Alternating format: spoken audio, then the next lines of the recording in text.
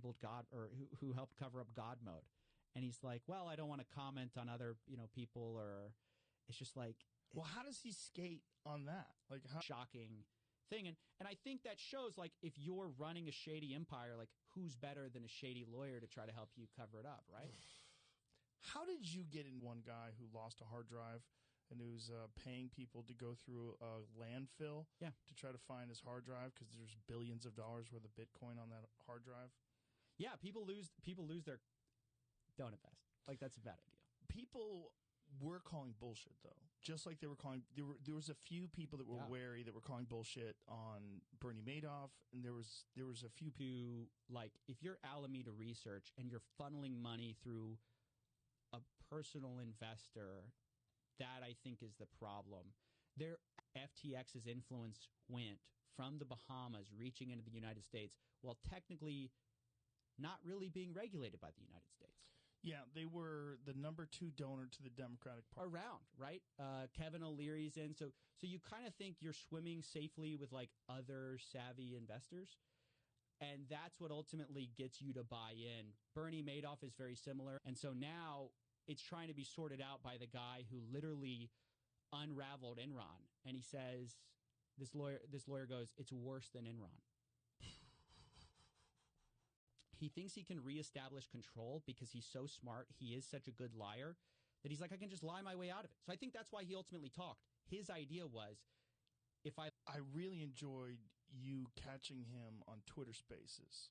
I really enjoyed that. I listened to that whole thing because before that, you have this guy who's this, so it's like things are good for now.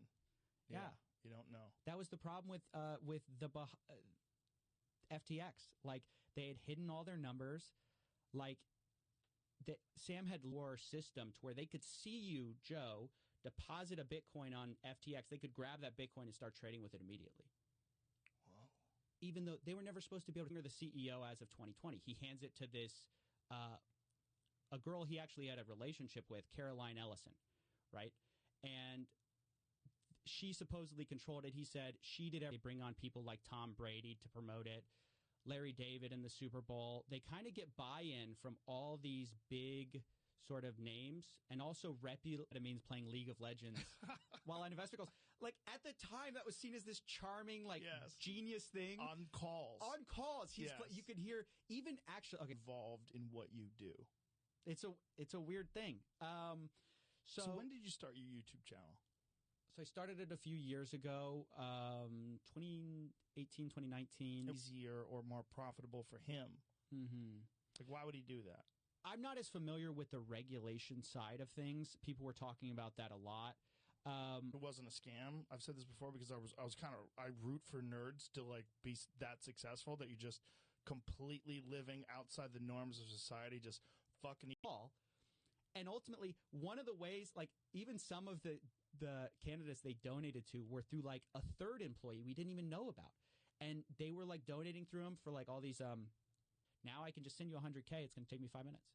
So that's why when people, like, kidnap people's data and things along those lines, they'd like to get paid. Sam wanted to basically influence politics by just donating. And the idea is you donate to both sides, you can never lose, right? Yeah. If you're kept making the videos, and ultimately they never did, but I start doing that, and after I cover get rich quick schemes for a while, right? It's all at some address. And so people were asking, like, you say you have all this Bitcoin, where's the Bitcoin? You say you have all this Ethereum, where's the Ethereum? Your hands in both pockets. But publicly, he's just like, he's donating to Democrats because he says, oh, I'm like this, like, I care about all these issues. Yeah. But it's like even more cynical than just buying one party. We're just going to do a few transactions through your name. That just came out in a press release. It's the new charges. He was basically like they call them straw donors, because it's like, if I give money to you to give, that's what ultimately matters is how much do you have on deposits that you owe out. And so with Binance, we don't really know. The only one we have a little bit more of a look into is everybody. I ask him, and he doesn't want to talk to me. So, but he's going on these Twitter Spaces. So I was tracking when he'd go on a Twitter Space, and I would contact the people ahead of time and said, hey, most of this $10 billion is just their own tokens.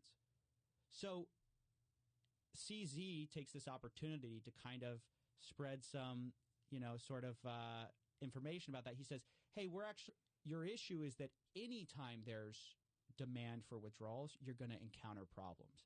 So it was going to be inevitable anytime any store executives, Ryan Salami or something, I think that's his last name, Salami, I don't know, I just don't know how to pronounce it, but he was like, yeah, the number 3 donor to the Republican Party. But it was all orchestrated through Sam. They're setting it up with like, I used to be broke like you. Well, that's a strategy. A lot of these guys were never broke, right? It's just part of the story you have to tell to be really effective. It's like, was going to undo sort of everything.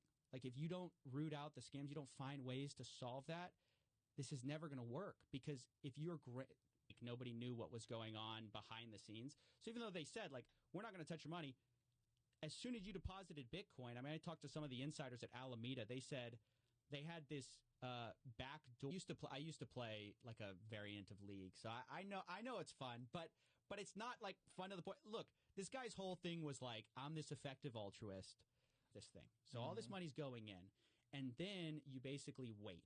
And as you're waiting, Ethereum's going out everywhere. A bunch of people are withdrawing, right? Because they're also taking their money out. Right. By the time really perpetuated their fraud, I can break it down. How much do you know about the FTX Let's situation? break it down for people that don't know about it. So let's do it. So FTX was this crypto exchange. Actually, campaign finance laws, I've heard, are pretty weak. I forget the name of the law, but it was passed in like the early 2000s, 2010s maybe, where it actually became very easy to donate. Regulated? Like if he was doing this, like Coinbase can't do this. Is that correct? Yeah, Coinbase is much more heavily scrutinized. They actually have to file with the SEC. That's the issue. Was FTX's problem was not CZ. Ultimately, he's kind of the guy who like pushed over the House made. What is it's a crypto exchange, right? So how does that work? So the first question is when you learn about crypto success, 2 months, you're going to be making 5 figures a month, 10 months, maybe 6 figures a month. And I've done it for people before. That's the social proof. I've shown people how to do this. A lot of people found out about crypto the same time the mainstream media, everyone else did. So by the time they're actually investing, it's too late. It's too late.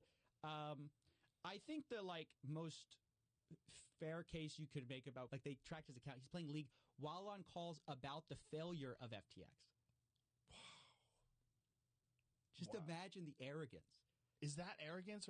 What they wanted to store some Bitcoin with Tom Brady. They wanted to be alongside Tom Brady. So he's like, there was fungibility between wallets. What that was to hide it from people who were trying to take a look at his books. But it's just, that's what I mean by black box. You never know what games these guys are playing. Like they say, oh, here's sort of like the rough estimate of our balance. Touch your money, obviously. That was the whole point. It's like, you deposit with us, we're not going to do anything with your money. It's your money. It's like a deposit. Like it's almost like a bank. Like you deposit with a bank. Your bank isn't supposed to go ahead and take your money. These guys basically, a lot of these people backed Sam with the highest endorsements. And so if you're just an average person, you're thinking, well, how much more due diligence can I do than all these other guys? And go start trading with it. Unless, obviously we have FDIC insurance, stuff like that. But like they didn't have that. They just take your money, go trade with it. And that's where the disaster started. Gay, so like, can you do this? So someone had to be gay to do it? Like, no. Basically, they were like, we need someone trustworthy we can trust to do this. So hey, you're going to be the guy. Like, so before, it's like if I send you $1 and then you send that dollar on, we can easily trace that back to me, right? It's like here. But if I send $1 to you and everyone's sending you $1, and then you're sending $1 to all, so he decides to donate dark to a Republican, like to Republicans. And part of the accusation is he knowingly did this through one of his 5 minutes or 3 minutes. So I don't want to give off the idea that like there's nothing here. But the problem is that with the Z on Twitter, I probably butchered his name, but he was actually originally sort of an ally of Sam. So he invested in FTX early on, put $100 million in, and a Coinbase or something like that. Right. So FTX launches. Let's start with who Sam Bankman-Fried is. He's kind of at the center of all of this. Sam Bankman-Fried is this guy who he's the son of 2 Harvard lawyers. Finance hasn't had similar problems. collapse? No, they've had a few runs and they've covered withdrawals. I mean, so it's just the problem is a lot of it's a black box. And why is so much of your balance sheet made up of your own tokens? It's a big question. So one of the things that FTX had done, and a lot of companies were doing at the time, it's really interesting because it was like a battle between FTX and one of their competitors, Binance. So the owner of Binance is, I think it's Changpeng Zhao. He goes by C. You put $100,000 into this little mixer, and then it sends $100,000 out later, and nobody knows where that money came from. What is a mixer? How does it work? It's interesting. So the most famous example is Tornado Cap. Senator's office reached out to me. They're like, what do you think about this? And I was like, I don't know, man. You guys have to, this is y'all's thing to figure out. Ultimately, y'all, you can watch them. These are real people, Joe. You can be just like them. And so I started watching this and I started like seeing it. I'm like, oh my gosh, this is so interesting. He launches Alameda Research first, which is just like this trading firm, which basically the idea here is we have some ideas. We're going to raise a little bit of money and we're going to fight. Like one of the best ways to fight crime is at their wallets, like take away their banking. And crypto has just really revitalized that because he's a shark. He knows what he's doing. What was the conflict between the two of them that led him to do that? The conflict was, it's a great question. The conflict was ultimately that Sam was trying to get some regulations passed and he left. And ultimately, because they had lost billions of dollars, it left billions of dollars in credit claims, basically. They didn't have the money. So they were paying everybody to promote this FTX crypto exchange. And the idea is this is the next big thing, right? And this is where you're going to make money. People, the account, fiat at FTX. And so what prosecutors are now arguing is he knew, of course, what it was. He deliberately obscured that these basically nerds in cryptography thought of, which is it's brilliant. I mean, it is brilliant because it is basically it's almost impossible to trace. Service that said you cannot move, like when I deposit with you, you're not going to touch my money.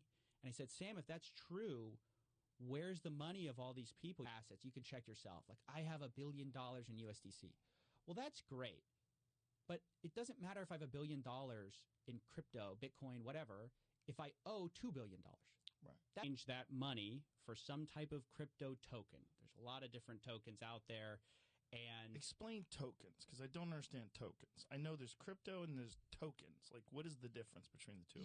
We don't know. I mean, there's only a few that are bigger. Like there's Binance, very opaque company. We don't exactly know. And what has happened to Binance since FTX went? I'm this guy who's going to maximize good in the world. And that was his reason for working all the time. I mean, that's the justification to be hopped up on amphetamines. It's like maximize productivity, maximize human happiness, money to a politician on my behalf. You're a straw donor. You're not really a donor. So Alameda was using customer funds to pay off politicians in order to try to get favorable. So the person's not named in the report who was donating to Democrats. We know the one donating to Republicans was Ryan Salami. But that person eventually, so if you default on that loan, I'm out $1 million. Another way is I ask for, okay, I'll take some equity in the studio if something goes wrong, right? So I cover my butt if you default on it. Now, he blamed all the wrongdoing of FTX on Alameda Research. And he said, I don't control Alameda Research. Even though he was the owner, he's no longer. It's sort of like hard. You kind of have to disprove every single, like there's always a new like health guy telling you that there's some new alternative discovery, whatever. And I was like, this is kind of weird. And I was like, why do they lied my way into it? I can sort of lie my way out of it. And this is what he did. So prior to this, I'd interviewed him twice before, and I had kind of gotten hamstrung with he's just so good at dodging stuff. Yeah, tokens is the individual, you can think of currency, right? So it's like the individual. So Bitcoin is, you have Bitcoin. Then you have, it's one of the cryptocurrencies. You have Ethereum, fine, but FTX was sort of the worst offender. Let's say I give you a loan, Joe. So an unsecured loan would be I give you $1 million and I don't ask for anything. And that's ultimately what he was doing. But it also looks like he was donating through some of his executives. And I mean, the whole thing was shady all the way down. Like you believe, it's kind of too good to be true, but the social proof is overwhelming, and it overwhelms your kind of like alarm bells. So the social proof is a combination of things. So first of all, it's like of that token, then you sell it off, and then the price plummets. So you thought you had a bunch of money, but actually it's worth nothing. Like there's all these new scams that have emerged as a result of people getting interested in this idea of an alternative. I have 2 employees, and both of them are overseas. Like one of them's in London, one of them's in Ukraine. And so for me, I have to pay them, and I have to do these exchanges where it was worth more. So he was arbitraging this difference in prices. And then after he made his money that way, I'm a millionaire by the time I'm 23 years old. Just buy my course. My course is, $2,000. Pay me $2,000. I'll teach you to get rich quick. So when you withdraw, there's nothing tying your Ethereum to your particular address to like this random external address because you send it to a different one. All these other wallets that it's impossible to know which of those new wallets my dollar's from. It's like it's crazy. It's a crazy idea. It's wire transfer, and it's kind of expensive to do these. Like you pay all these fees for wire transfers. So the idea is like, okay, well, if you have crypto, those wire fees can go down, and instead of taking maybe a day or something, it'll take like myself. They kind of shut down. Myself and some other people were saying like we think they're insolvent because we had taken a look at their numbers. And we said, there's no way they have the money for this. They don't have the tokens. There's some of these people making hundreds of millions of dollars. People are miserable at the end of it, and nothing happens. And that was the start of my show. So you start just doing interviews. Where's the money? I don't know. But he controls everything. And so it's like this is the tactic of these offshore companies is like you put their money. Like, well, how can you view this as a battle? Like, but he viewed it as like we're sparring partners, like, and you won this round or you won the war because he thinks this is going to go on forever. I really taken that. I mean, maybe some of them were taking it seriously, but not enough. So if FTX didn't encourage regulation and CZ didn't get upset at that, and then he goes into the crypto space and he launches FTX. He's very young, right? How old is he? I think he is young. I'm not. Maybe you can look that up, Jamie. 31. Everyone loses confidence. Everyone sells their FTT tokens. No one wants to buy it. It's worth nothing. So how did this all fall apart? Great question. So it's bizarre that so many people got duped. And I felt the same way about Bernie Madoff. I'm not a financially aware person. I'm not into the market. I don't follow these things. Reasons that our banks have a bunch of anti-money laundering laws. There's a reason that they have all sorts of finance laws. It's not for their safety. It's for your safety. I mean, it's like they need to this big mess right now, and we're waiting for regulators to figure it out. Finally, regulators have stepped on the scene, but right now it's just this kind of wild, wild west. If you're from this one, you're not okay. Or I might say, hey, like CZ has connections to China, like maybe that's a problem. Or CZ has connections to here, maybe that's a big defect. That this guy, he got away with lying so long and perpetuating this image of himself as this generous billionaire. He's sort of the next Warren Buffett. That when everything goes wrong, but I'm from the Bahamas and I'm American, so that might be fine. I mean, everyone's always interested in the regulations benefiting them. The challenge now, though, is, a lot of people had he lost it on the platform. He says the 18 million was on FTX or whatever, and he never got $1 out of it. But that was what the deal was for. And she would drink it up because she thought that would make her better. Ultimately, my dad convinced her, like, you got to get the surgery. Like, this ain't going to fly. You have to, ultimately get the surgery. Initially, he thought he was going to be able to figure out a way to pull all the company's assets together and I think make everybody sound and repay everyone. And calling that a fraud early. I have a buddy of mine. He goes by Dirty Bubble Media on Twitter. He's like one of the Anon Twitter accounts. He was calling it a fraud. Something. Because I was just like, why does this make some people tens of millions of dollars and nothing happens? Why? But like, it was very clear the internal conversations were they knew they were committing fraud. They knew they were doing things wrong. And this idea was, well, no one's going to catch us. right? Nobody's. I used to be just like you, Joe, but then I found out that doing Amazon drop shipping is the way to make millions of dollars. And I used to fail, but by these little tricks, What was the first video? I started as sort of like an interview show, nothing about scams. I had a channel before it. And that video has aged so well because it's like people are like, oh, it was all true. But people were outright calling it a fraud, like Mark Cahotis. He's a famous short seller. He was in the terms of service. They said results may vary. What's that about? Mm-hmm. I mean, ultimately, it's like, and so I realized, like, oh, there's this sophisticated way that they're preying on my psychology, and basically, like, shell games where you're hiding the money. Yeah. You're saying, oh, invest in this. This is going to become valuable later, but you actually own a bunch. There was a lot of fear of missing out, or FOMO, in the markets at the time. Everyone thought, oh, cryptos, you have to get in now. Right? Because if you get in now and give you this yield, he starts to explain like this thing that sounds exactly like a Ponzi scheme. And so ultimately, Matt Levine's like, yeah, this doesn't really make a lot of sense. But again, it stops short at the end when you're like ready for this thing to go down. Because I know as soon as I get on, it's going to end pretty quickly after. I said, let me ask him some real hard questions. Because all these guys are like, Sam, we have ours. And I'd go because it was like my friends like said, hey, we have to get somebody. You want to go? And I was like, sure, I'll go. I was like kind of fascinated. And you'd see these guys, reputable people like BlackRock, Sequoia Capital. They all invest in this guy. Kevin O'Leary famously promoted it for like $18 million. They gave him $18 million to promote it? He says regulators, when he was trying to impose regulations or encourage regulations, how could that have benefited him as opposed to Binance? Like what could they have possibly done to make it A1Z, A16Z? It was one of those, Sequoia or A16Z. One of them wrote this glowing review of Sam, basically saying he's going to be one of the first trillionaires. So all the Washington, and I think there was like a tweet from Sam saying like, oh, like I'll see you the next time you're in Washington or something like that. But like, it was kind of a dig because he knows CZ can't go to Washington. Like he would be. How does a guy like that not wind up getting indicted? I ask myself that every day. There's so many. Is it a matter of time, or is it he's? And it's like, well, what's fungibility mean? It means whether you were a guy withdrawing who is this degenerate day trader, put like let's say I have Ethereum, one Ether into this mixer, right? This pool of money.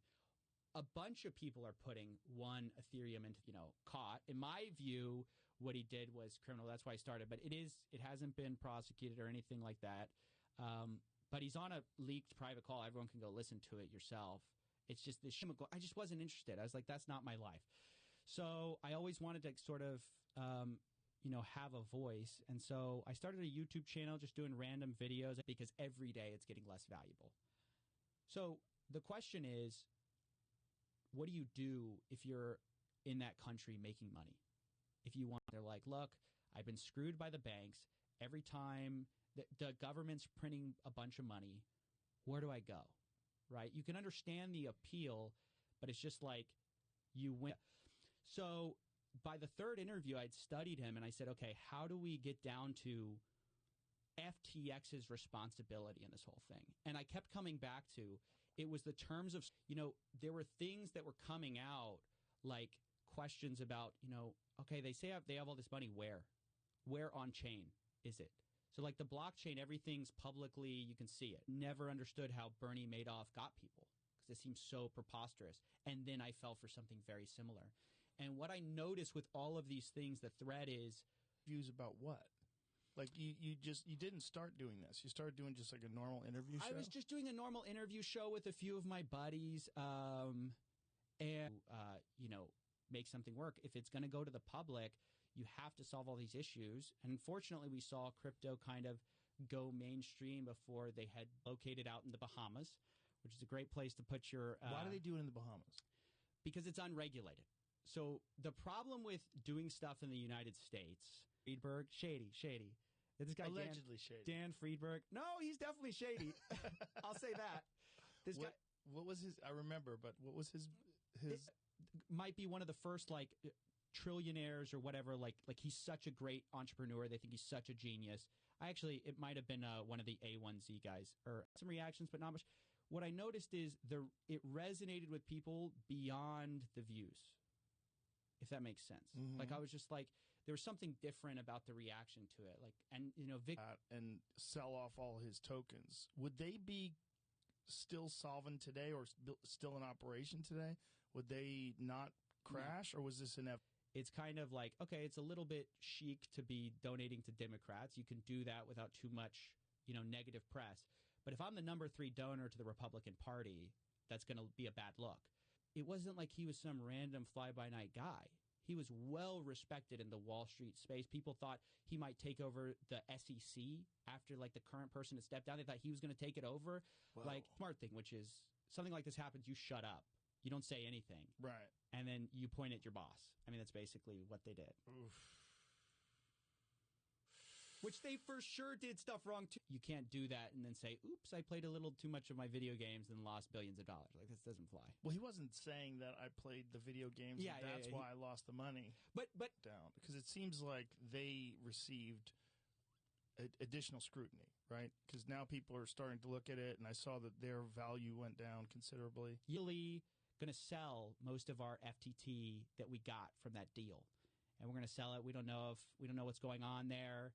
And all of a sudden, it starts this firestorm because people are like, it's inevitable. So something to understand. FTX was insolvent long before it was realized that they were insolvent. Right? So that will fall for something doesn't mean you're safe. Like, you have to do... I hate to say do your own research because that's such an overused, like, scammy phrase. It's actually such, like, a phrase like that, it's almost used. Whiz kid, who you listen to him talk, he has an answer for everything. He's so articulate. He's so knowledgeable. Like, I listened to previous interviews before he got busted. Annoying. So, we don't need that. The famous example is, like, Coinbase is in America, and they have to file all these forms. They're a regulated entity. They're a publicly traded. And then when you have them on, there's a lot of, I wasn't aware. I'm not sure. I'm not aware of that. I don't know. There was all this hemming and appreciate your transparency, all this, kind of kissing up a little bit. But I was just like, somebody has to ask him some real questions. So I had 2 prior little Twitter space interactions with him, and he kept getting away with the fact that you store your money somewhere else. How do you store it? So there's this idea of, like, these alternative currencies that are kind of interesting.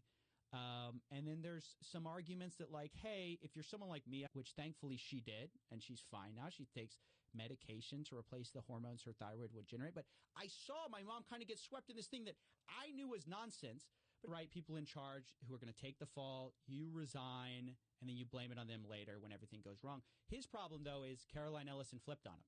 So she definitely flipped on him. She was smart. Yeah. She cooperated with me. But even Western Union has been they've been getting kind of pinched a little bit, like, hey, you guys got to stop allowing all of this. But in crypto, because there's no very treatable kind of cancer, and she's fine. But at the time I watched her as she's like, gets this diagnosis, gets swept up with all these hucksters who are telling her that the way to treat thyroid cancer companies, so they have to report everything. So if you're offshore, you can kind of not do any of that. You can play fast and loose. And, for some people, they think that's better. They can offer, let's say, like 100x leverage, do these trades that are profitable in crypto. So the way he first made his money was he did something where he bought Bitcoin in the U.S. and then he sold it on these Japanese LGBTQ plus causes. And it was through a guy, and the guy was like, I feel a little uncomfortable with this. And they said, well, we don't have anyone trustworthy at FTX we can donate through who's a good person in the space, to where people thought, okay, well, if he's saying it, he's a guy who only says positive things about crypto because he's a crypto executive. So if he's saying there might be problems, there's probably some problems. But you're just having to trust these shady offshore entities that they're telling the truth. Binance says they're fine. They show proof of reserves, but what are their liabilities? Just kind of grifting here. And so, but you'd see them in nice cars. And so I was like, what am I looking at? And then as I'm doing my YouTube show, I'm like, I get fed a bunch, with just put a bunch of garlic cloves in the pot. I still remember our house like reeked. She would put 60 cloves of garlic in a stew. He cleaned up on all his own customers just basically taking their money. Like, oh, I know exactly when to fold. I know exactly when to bet. So he had God mode enabled, and then they found out. They've recently been shut down. But the idea was... just the idea of putting your money into Tornado Cash. Yeah, it's wild. Is there a better crypto? Ransomware, yes. Yeah. Yes, 100%. Because before, it was like, okay, you need to use like Western Union or sort of one of these places where you can kind of send money without too much scrutiny. I start covering it, and then I start to get cease and desist letters. They don't like that. So they start to send me, they say, hey, you better shut up or we're going to sue you. And I was like, okay. I'm not going to stop making these videos. I just